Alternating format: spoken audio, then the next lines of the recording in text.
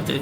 देखिए, मैं डॉक्टर हरीश सिंह हूँ, बरेली मुरादाबाद शिक्षक खंड से शिक्षक विधायक हूँ और मेरी जिम्मेवारी है, ये नैतिकता भी है कि मैं अपनी शिक्षण संस्थाओं में जाकर उनका कुशल क्षेम पूछूँ, उनकी समस्याओं के बारे में जानकारी दूँ और उन समस्याएं जानकारी में उनका समाधान सदन के माध्यम से या सरकार के प्रशासन दृष्टि के माध्यम से कराऊँ। तो इसी संदर्भ में सबको पूछ रहा हूँ, कॉलेज जा रहा हूँ और उनसे उनकी जानकारी ले रहा हूँ और जो चीज़ें हमने सदन में कही हैं, जो उठाई हैं, जो चर्चा हुई है, उनके बारे में भी मैं जानकारी दे रहा हूँ कि ये समस्याएं सदन में उठा के इनका निदान भी हुआ। जैसे मैं धन्यवाद देना चाहता हूँ प्रदेश की सरकार को, तो उसने मैंने सदन में आवाज़ उठाई थी और सरकार ने हमारे सेल्फ फाइनेंस के सहायता प्राप्त जीआईसी कर्मचारियों को भी कैशलेस चिकित्सा व्यवस्था 5 लाख कैशलेस चिकित्सा व्यवस्था का प्रावधान किया है। इसके लिए उत्तर प्रदेश सरकार को बहुत बहुत बधाई और शुभकामनाएं।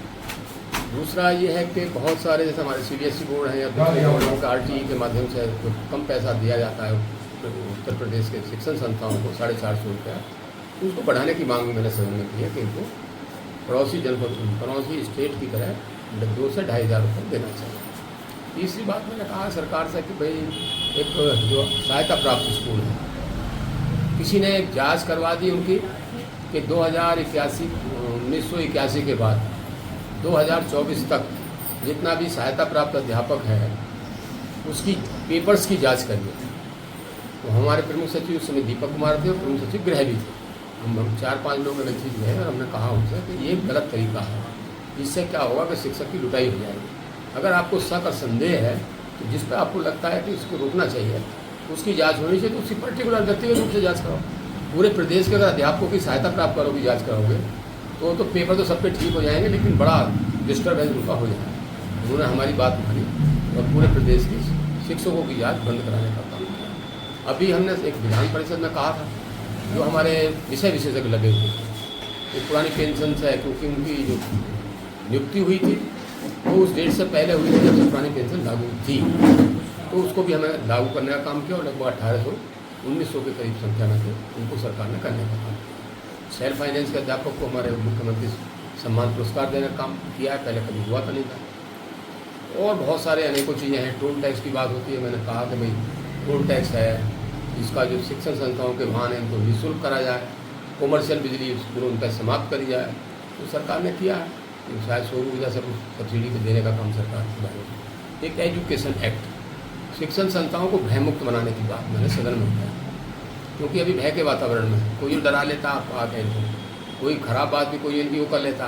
तो इनको अगर आप करना चाहते हैं, कोई भी घटना दुर्घटना हो तो एक एजुकेशन एक्ट के तहत उसमें कार्रवाई। हमारी बात भी सुनी जाए, एक कमेटी बननी चाहिए जिला स्तर पर कि अगर कोई बात हो तो कार्रवाई करने से पहले उस कमेटी में उनका जाना चाहिए जो भी घटना है, और उसकी जाँच होने के बाद ही कार्रवाई। सच्ची घटना हो तो कार्रवाई हो, नहीं तो उनको छोड़ा जाए। तो ऐसे अनेकों मामले हैं जो समय समय पर हम विधान परिषद में उठाते हैं, कहते हैं। निश्चित रूप से आप देख भी रहे होंगे पहले से मुकाबले अब शिक्षा में मूलभूत परिवर्तन है। पूर्ववर्ती सरकारों में जहाँ नकल के ठेके, परीक्षा केंद्र बनाने के ठेके, मान्यता के ठेके, अब ऐसा कुछ नहीं है। नकल रहित परीक्षाएँ 14 दिन में 8,373 परीक्षा केंद्रों पर करा दी, मान्यता ऑनलाइन है, परीक्षा केंद्र ऑनलाइन बन रहे हैं। तो यही सारी समस्याओं से निजात पाने का काम किया। कानून व्यवस्था अच्छी है, कानून व्यवस्था के ऊपर ही अब हमारे समस्याओं को सेल्फ फाइनेंस के हमारे प्रबंधक लोग हैं, टीचर लोग हैं, और कानून व्यवस्था से भी उनको बहुत राहत है।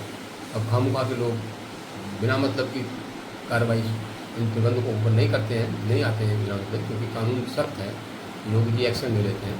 तो योगी सरकार अच्छा काम कर रही है शिक्षा के क्षेत्र में। आपका भी मैं बहुत बहुत धन्यवाद करता हूँ।